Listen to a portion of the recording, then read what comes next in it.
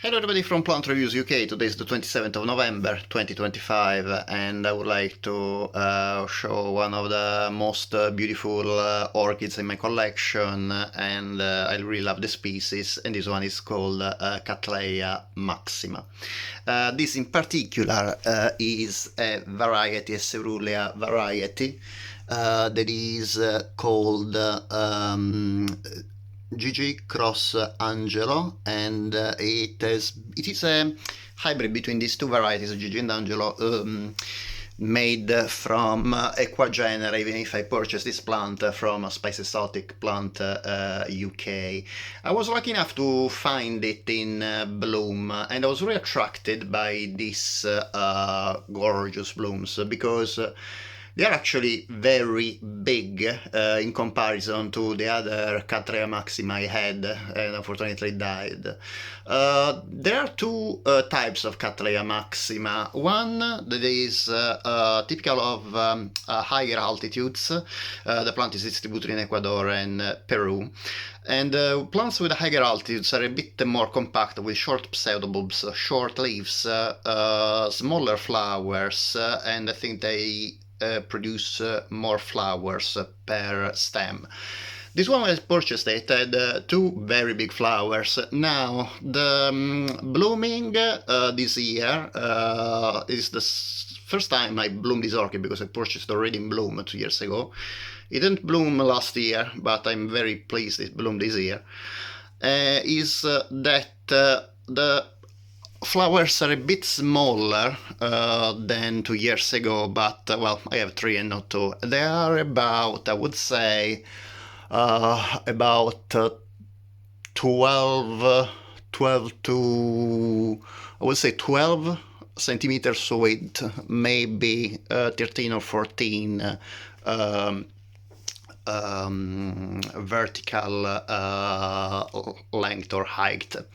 Cattleya maxima is very recognizable species thanks to this yellow stripe in the middle of the lip, as well as the beautiful venation that is on the lip. And in this particular variety, you can also see, hopefully, you're able to see the venation also on the petals. This is not the typical color form. The typical color form of the Cattleya maxima is pink, and there's also a bright pink, almost, well, I would say purple. I think this is more purple, but very bright pink variety of Cattleya maxima. This one in particular, as I said, it's a variety that was probably ancestors were from the low altitudes, the lowland. The populations at low altitudes typically develop taller pseudobulbs and longer leaves. They can be up to 2 feet tall. Another reason why I might have issues with the smaller size of the flower is because this plant, unfortunately, has been heavily infested by scales that I tried to get rid of. Unfortunately, I purchased some time ago a plant that I didn't recognize it had scales, and unfortunately they spreads around my Cattleya collection, and they killed many of the Cattleyas I had. Luckily this one survived, and I found that if you have scales, it's better you keep your Cattleyas not only very bright illuminated areas, but also cool, because scales don't really like cool temperature, and this one in particular, Cattleya maxima, can actually tolerate, especially from high altitudes, quite cold temperature, even like 4 degrees Celsius. This one grows in my house on a south-facing windowsill. Absolutely loves the bright light, and but is in the bottom part of my house, so really the cool temperature really makes this plant grow pretty happily. Also, cool temperatures, the flowers last long. They've been open about 1 week and a half. Usually they last about 3 to 4 weeks. And the color is absolutely gorgeous in this variety. You can see that it is mostly white with this kind of lilac lip, beautifully frilled with these amazing venations that you can also see not only on the internal part of the lip, but also on the external part of the lip.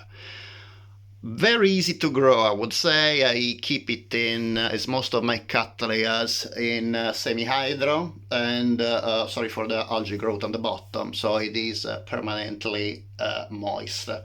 I keep usually about 2-3 centimeters of water to keep it moist.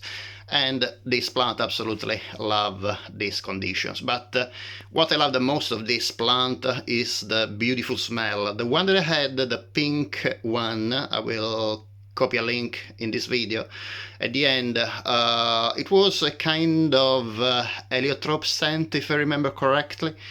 But this one instead smells a lot more powerfully and kind of celery, and which is, once I read that usually pink Cattleya smell better than lilac Cattleyas or purple Cattleyas or white Cattleyas, but actually in this case it's the opposite. This one smells a lot more powerful. Maybe it might be that the lowland, the highland I had, the type, the pink one, I didn't grow it in a southern facing windowsill. Maybe it would have been a lot more perfumed if I had to, but this one smells wonderfully, and in sunny days really you can smell it all around the room. The scent is very peculiar. It's kind of a little bit citrusy, kind of reminds me of the basic scent of many Cattleyas, but this one also in particular is a kind of scent that I didn't find in any other cluster. It's a kind of like celery scent, you know, when you cut the celery and you smell it. It doesn't feel like that inviting, but actually the scent, the combination of this celery scent with this citrus scent is wonderful, and it is a bit sweet as well. So definitely one of my favorite orchids for scent, and of course look at the beauty of these flowers. The shape is absolutely incredible, but the shape, I have to say, is wonderful in all Cattleyas, Cattleya maxima. So I hope that you enjoyed the video, and as usual I hope that if you like the video, please give it a thumbs up. If you like this video and the other videos on my channel, please subscribe. It is free for you, but it helps me a lot to have a broader range of attention on YouTube. As usual, if you have any questions or any any additional information, please let me know in the comments below, and I will try to reply as soon as possible. Sorry for being away for so long, but unfortunately I had to fight this scale war at home against the scales, and unfortunately it didn't finish yet. I'm still in the middle of it. I hope to sort it out, and also I've been very busy with my usual work, so I couldn't post as much as often as I would. Again, thank you very much for watching, and I hope to see you next time. Bye.